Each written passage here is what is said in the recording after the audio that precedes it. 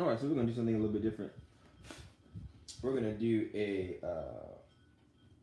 dark after dark. We used to call this dark scopes back on.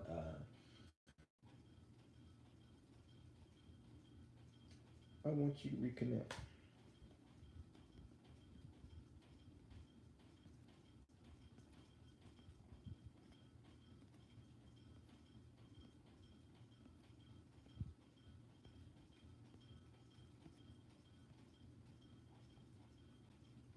Okay, there we go.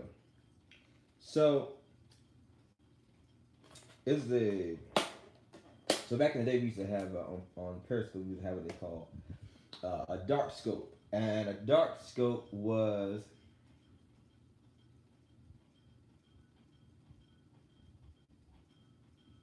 okay.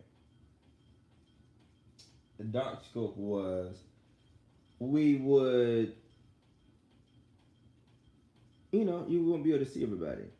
You wouldn't be able to see anybody. It would just be pretty much audio, or there might be like some central figure, like in this case a camp or whatever the case may be. But it takes a lot of pressure off of everybody. We can just kind of max and relax uh, for a little bit. Share this. Tell Lottie, tell Dottie, tell everybody. Doc is doing a live on YouTube. I thought I forgot about you. I hadn't forgot about you. Doc's been very busy. Doc has been very busy. Um, Hello, I want to recommend to you guys, while I have your attention, that if you have not joined my masterclass, I think you're going to enjoy it. Those of you who want to be in my apprenticeship program, but it's not currently open, or you are not approved for entry, I recommend that you uh, look into masterclass, especially if you've watched all my YouTube videos and you watch all my Facebook videos and you watch all my Instagram videos and you've watched all of my Periscope videos and you've seen all the webinars. Like, okay, well, what else you got, Doc? Well, that's what else I have. And we're actually doing a drive right now. We are at 46 patrons. We have 46 members of our masterclass. And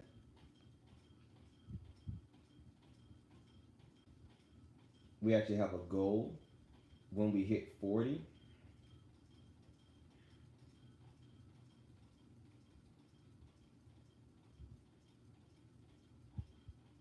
Let me see if I can pull up our goals here. Settings.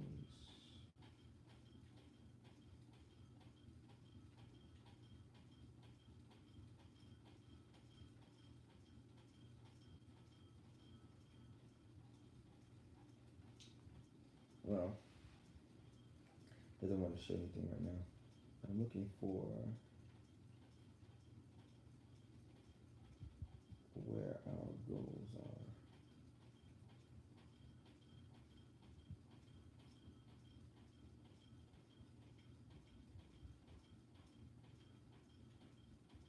Well, that's strange. Page, view page.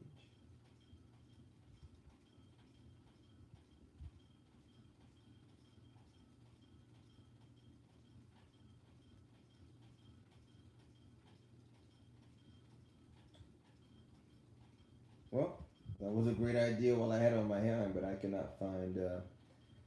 I cannot find. If you are in here, say hello so I can see who all is in here. So we have 6 people in here. If you have any questions related to hoodoo, conjure, rootwork, Bible magic, etc., please do drop them in the comments. I will try to answer the why and the what, but probably will not go very in depth on the how.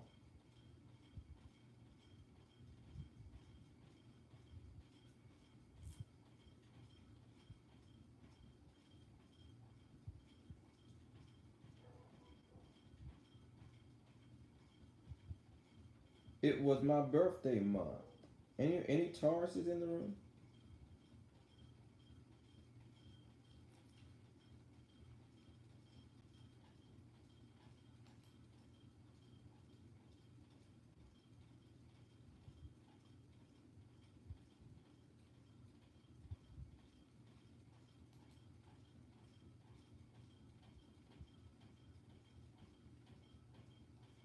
Goals. Here we go. Okay. 50. When we get to 50, we're at 46 right now. We're almost there. We're going to release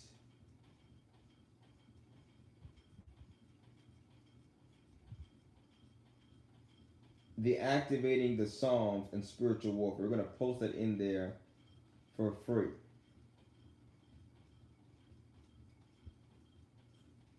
Activating the Psalms and spiritual warfare. Webinar complete with instruction and keys to activating the Psalms, the hidden names of God, strategies of invincible magical warfare, and obliterating hexes and jinxes from objects.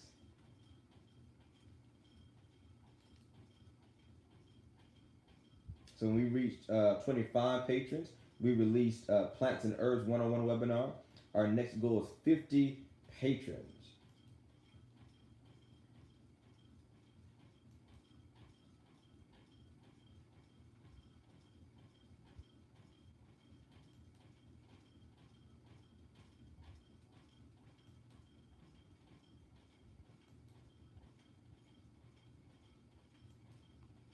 So there you go.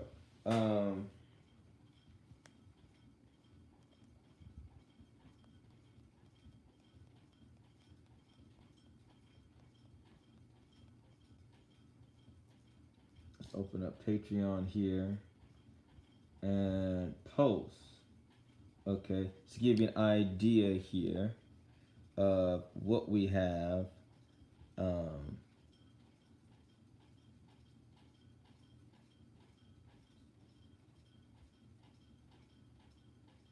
Oh, y'all can't see it. So there you go. Alligator feet, chameleon medicine, prayers of elevation, anima sola, fixing fast luck. Let me go. All right. So how to debunk fake hoodoo, part 1 and 2. Cultural appropriation, part 1 and 2. Limpias with cotton. Dealing with the mighty dead when you go to graveyards and things like that. How to work with the pig medicine. Okay, you can see there 11 ingredient ritual with medicine too strong to touch. We go into how to protect from slander, rumors, lies, gossip, harassment, and defamation. All right. So we've got that. Decontamination protocols. How to use the tarot in your rituals. How to take any match and turn it into a spiritual ointment. We deal with alligator medicine. We deal with chameleon medicine. Again, we deal more with prayers of elevation for your ancestors, how to elevate ancestors. This was part 3 of a 3-hour video on working with the anima sola, the restless dead. We went into fast luck soap. We went into more anima sola, brick dust, gold ointment, how to use cow medicine. Okay, part 1 and 2 of using the cow's heart. Okay, and that ritual.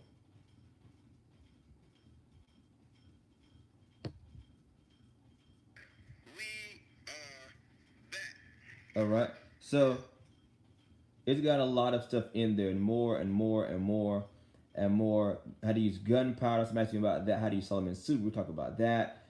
You need to get a lot of early bird specials from my webinars and stuff, and you get a lot of discounts and things like that. How to prepare low. So we get asked all these kind of questions. We try to go in and answer them and give you how to show you step by step how to make sense of these things. It don't want to focus. Well, oh well. So that's all on Patreon.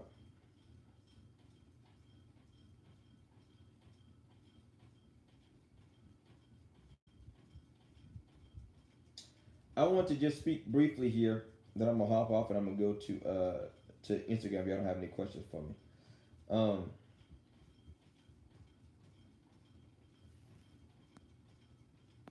My volume is low.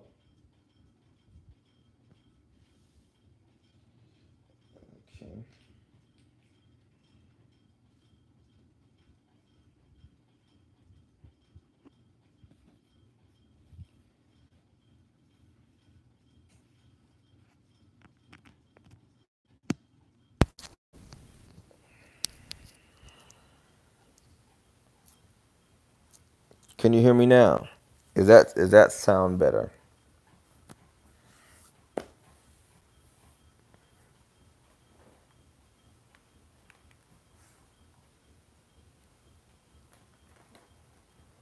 Okay. So I don't know what you heard, but we're doing a membership drive for Patreon, my masterclass. We have 46 members right now. We're trying to make it to 50 so we can do a release of a free webinar on it is on activating the Psalms and invincible spiritual warfare techniques. So when we get to 50, we dropped that in masterclass as a bonus video. Our last bonus video was when we got 25 patrons.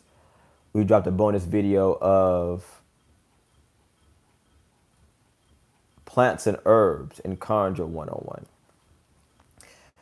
If you have any questions related to Hoodoo, Conjure, or rootwork, this is the Hoodoo Help Desk. This is simply a After Dark edition here.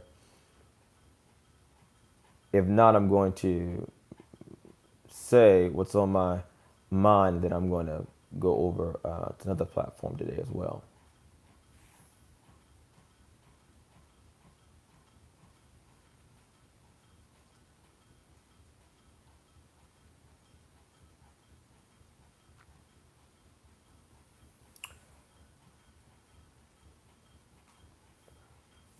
I want to say that you don't have to have a lot of things or a lot of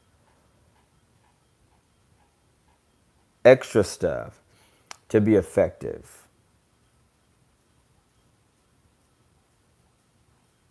If you are skilled at what you do, that's really what it comes down to, is building your skill level. You don't want to build your inventory. You want to build your skill level. If you build your skill level, then it won't matter what you have in your inventory. You'll be able to make it work. You'll be able to make it work. Think about David. When David was about to go out to battle Goliath, it says that Saul wanted to give him his armor, the king's armor, extra stuff. But David refused. David refused. He said that while he was a shepherd, if a lion or a bear came to take the sheep, he would kill the lion, kill the bear with his bare hands. He didn't need the sword or the spear or any of those other things. In the same way, he was skillful in what he was doing. I just want that to be an encouragement to you. Don't be seduced and beguiled by what you see on social media and who's using this kind of glitter and they're using that kind of candle and they're using this kind of jar and they're etc. and so forth and whatever. Use what you know. David said, I used my right hand and my left hand, and I slew the lion and I slew the bear with just my bare hands. He didn't take the sword and the shield and the javelin to battle. He took what he knew. He took his slingshot and his 5 smooth stones.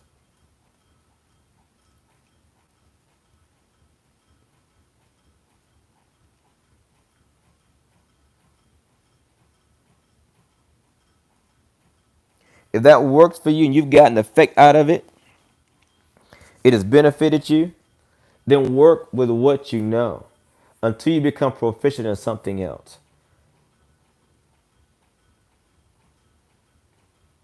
Sometimes the answer really is in simplicity. Sometimes the answer really is in simplicity.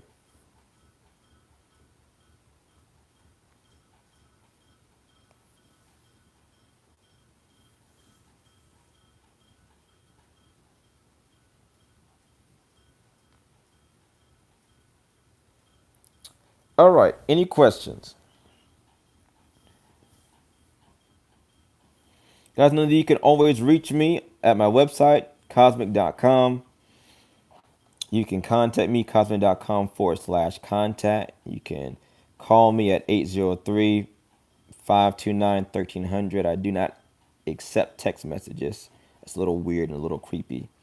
If you can't, if I don't pick up, just leave me a message.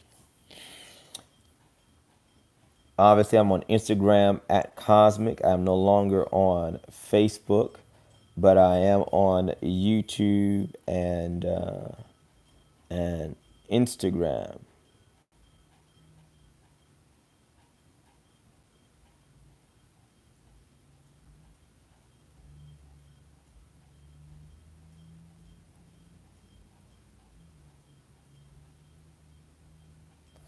I have a question. Does the leaves of a flower or fruit tree have the same magical properties than the flower or fruit? Basically, yes, but it changes in the nuances. Okay. Like, for example, rose petals and a rose leaf and a rose stem can be used differently. They can be used differently. The petal is weaker than the leaf, and the leaf is still weaker than the stem. Roses, if left to themselves, tend to shed their petals before they shed their leaves. Okay, that can speak to, if you're using roses for love work, what type of love you want to encourage. All right, maybe you want some strong, stable love, so you may use the rose branch. It's thicker, it's hardier, it's more stable. You might want to use, you might need to protect the love relationship. So of course you would use that because that has the thorns on it. Maybe you just want kind of a fling, a fly by night kind of thing, flash in the pan, as they say, or a nice hookup. Then you might use the leaves. Leaves come and go. They stay for a little bit and then they kind of move on.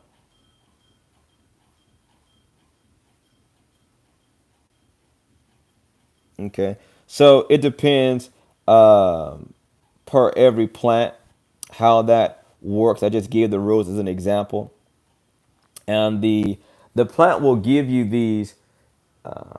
It's mysteries, we call it, as you begin to work with it. It'll reveal these things to you.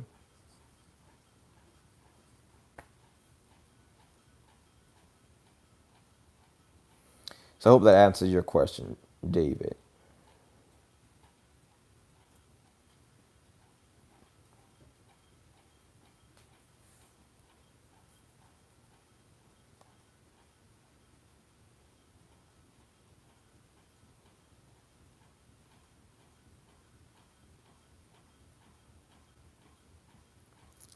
Anyone else? Okay.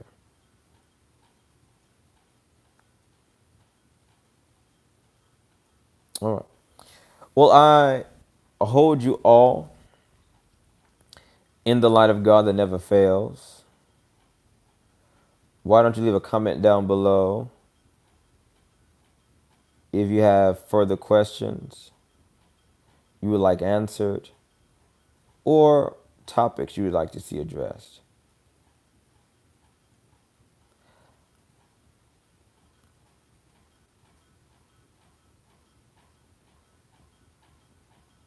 I want to give kudos to my brother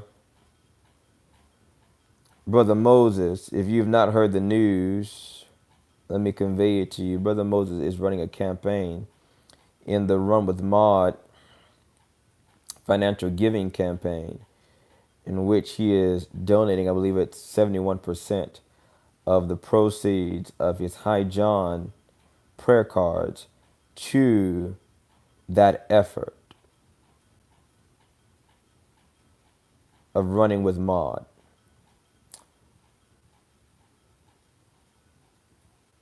It is no secret what is going on in the news. It is no surprise, unfortunately. It is nothing new. to minorities, people of color, and black people in particular, at least once a week, there is some new atrocity against brown and black people that comes out in the public eye. Now, that's not to say that this only happens once a week. It only comes to the national forefront once a week, and we are there going back and forth and debating as though we lack intelligence of the legality of a matter and what is right and what is wrong. We all have a fundamental understanding of what justice looks like and what injustice looks like. So I commend my brother. I commend my brother for taking the initiative in doing so. So definitely go and support him in doing that. You can find him at Hoodoo Moses on Instagram. He has my full endorsement. Further, he curated a conversation on Monday. I had the opportunity to be a part of, and it was a roundtable discussion on race in hoodoo. We were on there till 5 o'clock the next morning, 5 o'clock a.m. the next morning. I think it went from like 2 to like 5. It was an impromptu call, but it was a critical call. And I think we had about 9 people at that round table. A number of prominent spiritualists, hoodoos in the online spiritual community, and a number still of emerging young spiritualists. We had practitioners from Facebook, Instagram, Twitter, and TikTok presented at that roundtable discussion. I recommend that I highly recommend that you go back and listen to that, no matter what your skin color is. It is a very relevant conversation. You can find the first part of it on Moses' Instagram as an IGTV video. And there are links in our bios and so on for the other part of the other conversation. It was an amazing dialogue. And shout out to all of those who participated. Now, understand something. This conversation is not just for quote unquote the professionals, quote unquote the spiritualists, the practitioners. It is a conversation to be had in the collective of the community. The clarion call went out Monday night for people who were in the spiritual community of Conjure to make their voice heard and known at the collective round table. 9 people showed up. 9 people showed up. Granted, it was somewhat impromptu. I'm giving you a heads up now. We're having another one. I talked to Moses about it earlier today. We need to set a day to have it consistently. There needs to be a consistent conversation that does not relent. One of the issues that is had is social amnesia. And what causes social amnesia is social anesthesia. There will be a grave injustice that shows up, and then we will somehow be pacified over. Either it won't be covered anymore. Somebody will give some lackluster apology. Somebody will go off the grid for a month or two, and everybody forgets, and nobody's ever the wiser.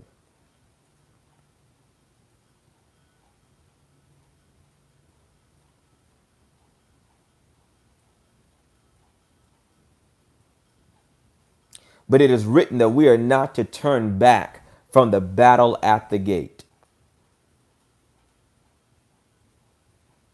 When you keep fervor and heat on something, that's how it breaks. You have to be unrelenting. Keep talking about it when it becomes uncomfortable. Keep talking about it when it becomes unpopular. Talk about it when it's controversial. Talk about it when it's contentious. Talk about it when it rubs certain folks the wrong way. You begin to have the perpetual conversation. And you don't do it in a lackluster way. And you don't do it in a generalized way. You call name, dates, times, and locations. You be very specific and very precise. You be quite accurate. You list the facts.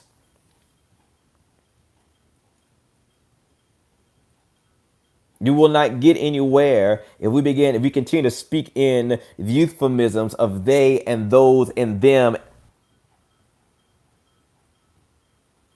as if they're Voldemort, he who should not be named. No, call them by their name. Call public attention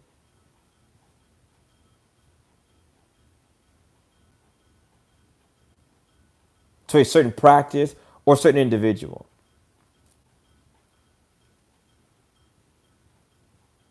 One of the mandates of prophets, according to I think it's Isaiah 58, says to cry aloud and spare not. And what happens is we'll lift our voice, we'll cry out in the streets for a little bit, then we spare everybody else. Then we knock off. But some stubborn issues are like a rock. You just got to keep hitting it over and over and over and over and over and over and over and over and over until it begins to break open and give way. And we've become way too easily satisfied with getting a little breaking off of the rock. A little pebble falls off. We needed the rock to break into, to cleave open, and to be crushed to powder and ground to dust.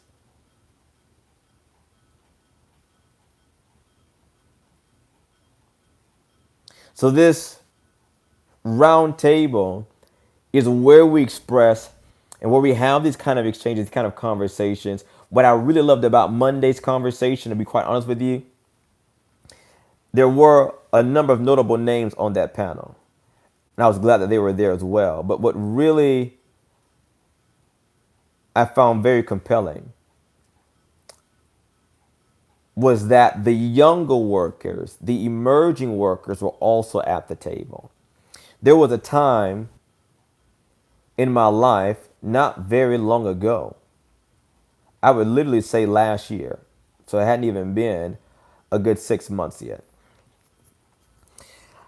About this time last year, my opinion of emerging workers who were saying all kinds of inaccurate things because they were popular or because they had somewhat of a platform, it would almost be like disinformation, misinformation. They read something somewhere, they heard something somewhere, and they began to regurgitate it, and so they put their name behind it, and that's what kind of gave it its force. And I'd be very grieved.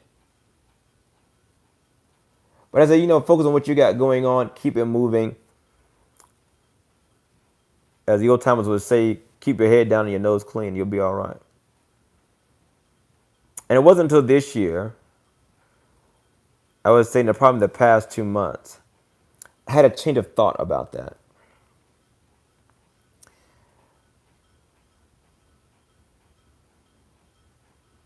My original thought was, well, hell, if they want to do bullshit and make a fool of themselves and whatever, then that's on them. Say what they want to say, write what they want to write, do what they want to do, whatever.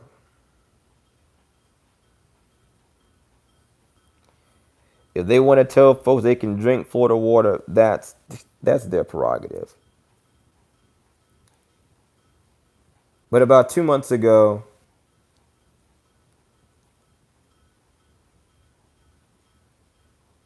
I had a change of opinion. And what came to me was that I cannot be a hypocrite. I refuse to be a hypocrite. And so, in one side of my mouth, I cannot say that I am striving for the preservation of my tradition while ignoring the generation coming behind me that will soon inherit this tradition and not be concerned about what they're saying, what their standards are of hoodoo. Otherwise, what I'm saying is, I'm just want to preserve the tradition while I'm here on the planet. But what happens after that?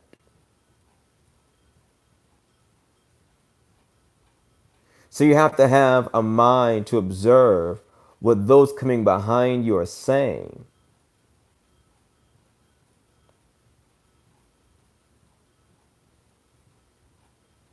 And if they are receptive, admonish them. Admonish them. It's like you living in a home and you have a younger sibling. Y'all from the same house. Y'all from the same family. You got the same last name. You're already in your career, and they're just now entering into college or entering into high school. It behooves you to admonish them on how they should conduct themselves. Why? Not just for their sake, but because you both share the same last name, for the sake of the family name.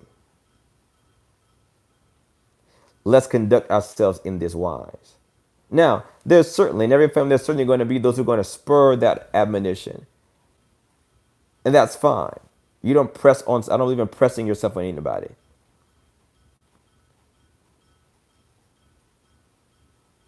I'm the kind of person, I'm not going to push my opinion upon anybody. But if you ask me, I'm going to be very blunt with you. I'm not going to volunteer my opinion, but if you ask me for it, I'll be very blunt with you about it. And there's long been this idea, none of the older brothers and sisters admonish the youth because so often they spur the admonition.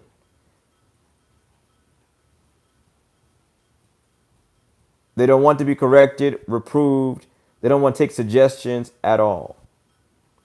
And yet they don't want to take that at all. So many don't even waste their time.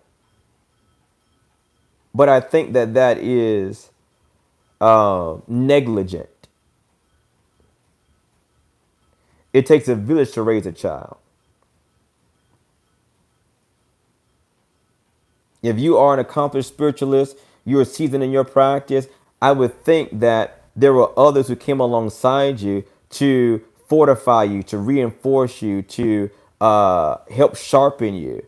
Somebody dropped a nugget. Somebody gave some advice. Someone gave maybe a better way, a more perfect way to do something. And you are the conglomerate. You are the sole, you're the sum total of that. It takes a village. It takes a village. So I was very encouraged that about half of the people at the table were emerging workers. And on Twitter, I said, I don't even got a Twitter. I think I do have Twitter somewhere. I don't know how to get into that thing. I've never used Twitter like that. I think I kind of abandoned Twitter when I left Periscope. Who knew there was a whole spiritual community on Twitter, engaged in lively conversation, exchange.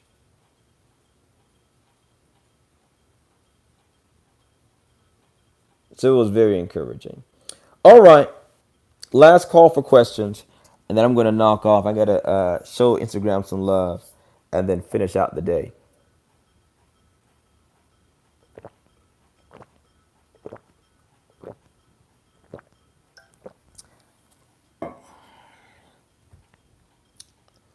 Last call for questions.